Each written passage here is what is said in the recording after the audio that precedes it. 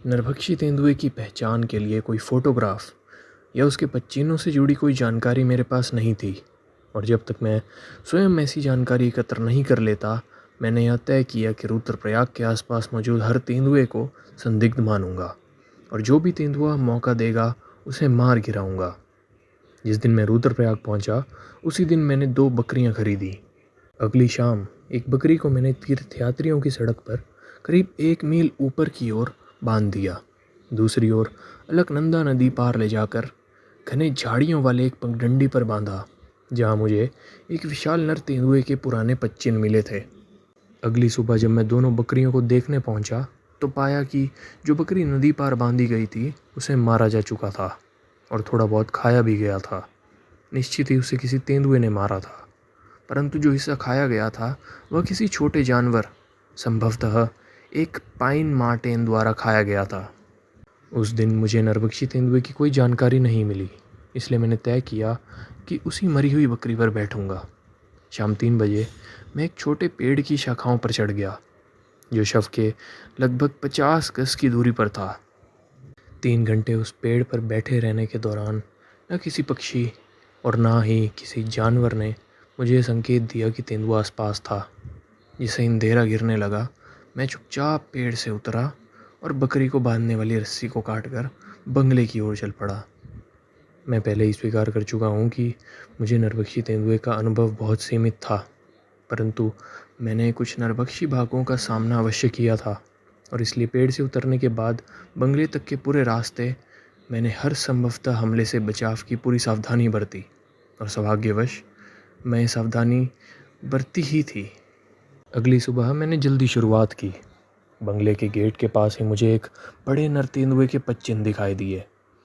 मैंने उन चिन्हों का पीछा किया जो एक घने जंगल वाली घाटी तक ले गए, और वो घाटी ठीक उसी रास्ते को काटती थी जिसके पास मैंने बकरी को बांधा था। बकरी पूरी रात जिसकी तस पड़ी थी उसे छुआ तक नहीं गया था। अब इसमें कोई शक नहीं रहा था कि जो तेंदुआ मेरा पीछा कर रहा था वो नरभक्षी ही था। उस दिन मैं जितनी दूर चल सका चला। हर गांव, हर रास्ते पर मिलने वाले लोगों को बताया कि अब नरभक्षी हमारी तरफ के किनारे पर है, और सावधानी बरतने की चेतावनी मैंने उन्हें दी। उस दिन कुछ नहीं हुआ, लेकिन अगले दिन जब मैं गोला बराए के जंगलों की लंबी तलाश के बाद बंगले में बैठकर नाश्ता ही पूरा कर रहा था, एक बेहद घबराया हुआ आदमी दौड़ता हुआ मेरी तरफ आया।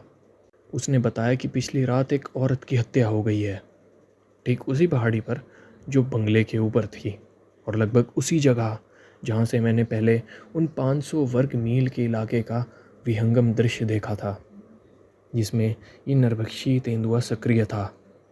मैंने तुरंत अपना सामान समेटा। एक अतिरिक्त राइफल और शॉटगन, कारतूस, रस्सी और एक लंबी फिशिंग लाइन, और गांव वाले तथा अपने 2 आदमियों के साथ खड़ी चढ़ाई पर निकल पड़ा। दिन बेहद उमस भरा था, और भले ही दूरी महज 3 मील रही होगी, लेकिन फीट की चढ़ाई धूप में किसी अग्नि परीक्षा से कम नहीं थी। गांव पहुंचा तो मैं पूरे पसीने में भीग चुका था।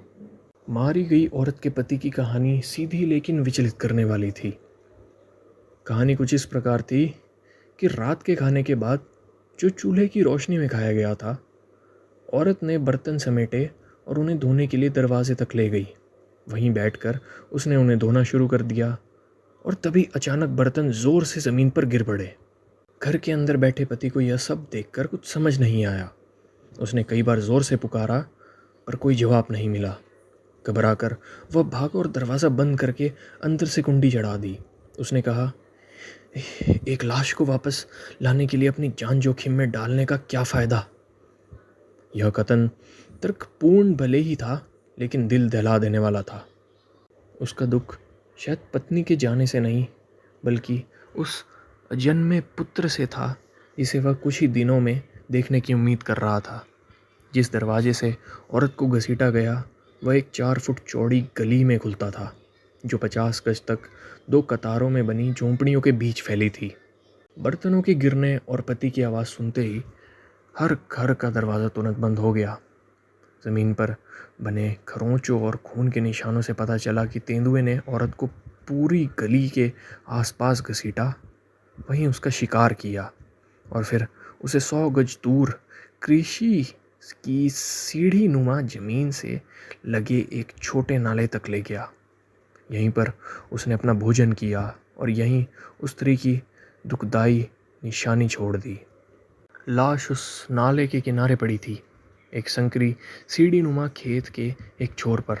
उससे करीब 40 गज दूर खेत के दूसरे किनारे पर एक नंगी और ठूंठ हो चुकी अखरोट की शाखों पर 4 फुट ऊंचाई पर घास का एक ढेर बना हुआ था, लगभग 6 फुट ऊंचा। मैंने तय किया, मैं यहीं बैठूंगा।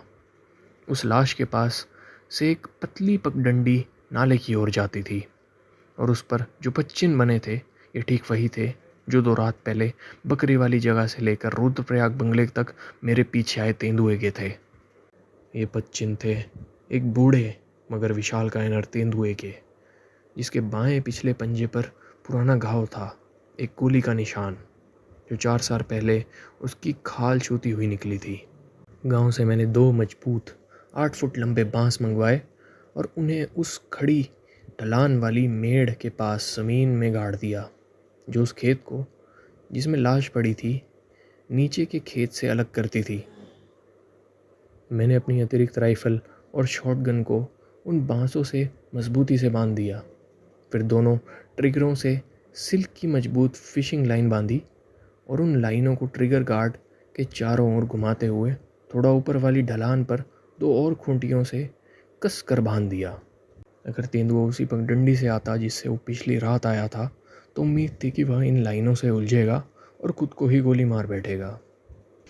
और अगर वो उन लाइनों से बच गया या किसी और दिशा में आया और मैंने उस पर गोली चलाई जब वह लाश पर था, तो वो भागते वक्त ज़रूर इसी रास्ते से गुजरेगा, क्योंकि यही उसका स्वाभाविक रास्ता था। अब एक और समस्या थी। रात के अंधेरे में तेंदुए का शरीर और उसकी जैसी ही भूरे रंग की लाश दोनों ही पूरी तरह से अदृश्य हो जाते।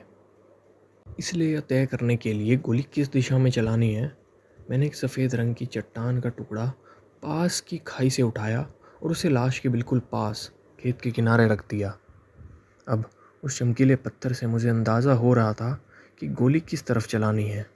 जब ज़मीन की सारी तैयारी पूरी हो गई तो मैंने घास के ढेर में एक आरामदायक सीट बना ली, कुछ घास बाहर फेंक दी और कुछ पीठ के पीछे और कमर के आगे तक जमाकर एक दीवार सी बना ली। मैं लाश की ओर मुंह करे हुए बैठा था और मेरी पीठ उस पेड़ की ओर थी जिस पर यह ढेर टिका हुआ था, इसलिए कोई फ़र्क नहीं पड़ता कि तेंदुआ किस समय आता, वो मुझे देख नहीं सकता था। और हाँ, मुझे पूरा यकीन था कि वह रात को ज़रूर लौटेगा, चाहे उसकी यह बदनाम आदत रही हो कि वह अपने शिकार पर वापस नहीं लौटता। मेरे कपड़े अभी भी पहाड़ चढ़ने की थकान में भीगे हुए थे, लेकिन एक सूखी जैकेट ने ठंडी हवा को रोक रखा था। अब सब कुछ तय था। मैंने एक लंबी रात के लिए खुद को तैयार किया। अपने लोगों से कह दिया, तुम सब मुखिया के घर में रहो जब तक मैं खुद ना आ जाऊं, यह सूरज पूरी तरह निकल ना जाए। सूरज अब ढलने को था। नीचे गंगा घाटी का दृश्य और उसके पीछे गुलाबी आभा में नहाए हिमालय की बर्फीली चोटियाँ, एक ऐसा नज़ारा था जो आत्मा को भी तृप्त कर दे। पर मैं उस सौंदर्य में इतना डूब गया कि कब दिन ढल गया और रात उतर गई पता ही नहीं चला। अब अंधेरा एक सापेक्ष शब्द है। जो किसी को घना अंधेरा लगता है, वो किसी को सिर्फ हल्का अंधेरा लग सकता है। मेरे लिए, जिसने अपनी ज़िंदगी का बड़ा हिस्सा जंगलों और पहाड़ों में गुजारा है, रात कभी भी पूरी तरह अंधेरे की नहीं होती जब तक कि आसमान बादलों से ना ढका हो। इसका मतलब ये नहीं कि मैं रात को दिन की तरह देख सकता हूँ, पर हाँ, इतना ज़रूर देख सकता हूँ कि किसी भी जंगल या पथरीली ज़मीन पर सही सलामत चल सकूँ। मैंने जो सफ़ेद पत्थर लाश के पास रखा था, वो बस एक सावधानी थी। मुझे उम्मीद थी कि तारों की रोशनी और हिमालय से पड़ती प्रतिबिंब चमक इतनी रोशनी देगी कि मैं गोली चला सकूं। लेकिन किस्मत, या यूं कहिए गढ़वाल के लोगों की किस्मत साथ नहीं थी। रात ढलते ही एक बिजली की चमक, फिर दूर से गड़गड़ाहट और कुछ ही मिनटों में पूरा आसमान बादलों से घिर गया। फिर पहली भारी बूंदें गिरीं और तभी मैंने सुना एक पत्थर लुढ़क कर खाई में गिरा। तेंदुआ आ चुका था और कुछ ही देर बाद मेरे नीचे पड़ी सूखी घास में खरोंचने की आवाज़ सुनी। अब मैं बर्फ़ जैसी ठंडी हवा में भीगता सांस रोके बैठा था और वो तेंदुआ मेरे ठीक नीचे सूखी नरम घास में आराम से पड़ा हुआ था। तूफान इतना भयानक था कि उसी दौरान मैंने एक लालटेन की रोशनी को गांव की ओर बढ़ते देखा और मैं चौंका उस इंसान की हिम्मत पर जो ऐसे हालत में बाहर आया। कई घंटे बाद मुझे पता चला कि वो शख्स पौड़ी से 30 मील पैदल चलकर मेरे लिए वो इलेक्ट्रिक नाइट शॉर्ट लाइट लेकर आया था जिसका वादा सरकार ने किया था। काश वो 3 घंटे पहले पहुंचता, शायद उस रात तेंदुआ मारा जाता और उन 14 लोगों की जान बच जाती जो बाद में मारे गए। लेकिन पछतावे व्यर्थ होते हैं और कौन कह सकता है कि अगर उस रात तेंदुआ मारा जाता तो वो लोग वाकई जिंदा रहते। कुछ भी निश्चित नहीं है।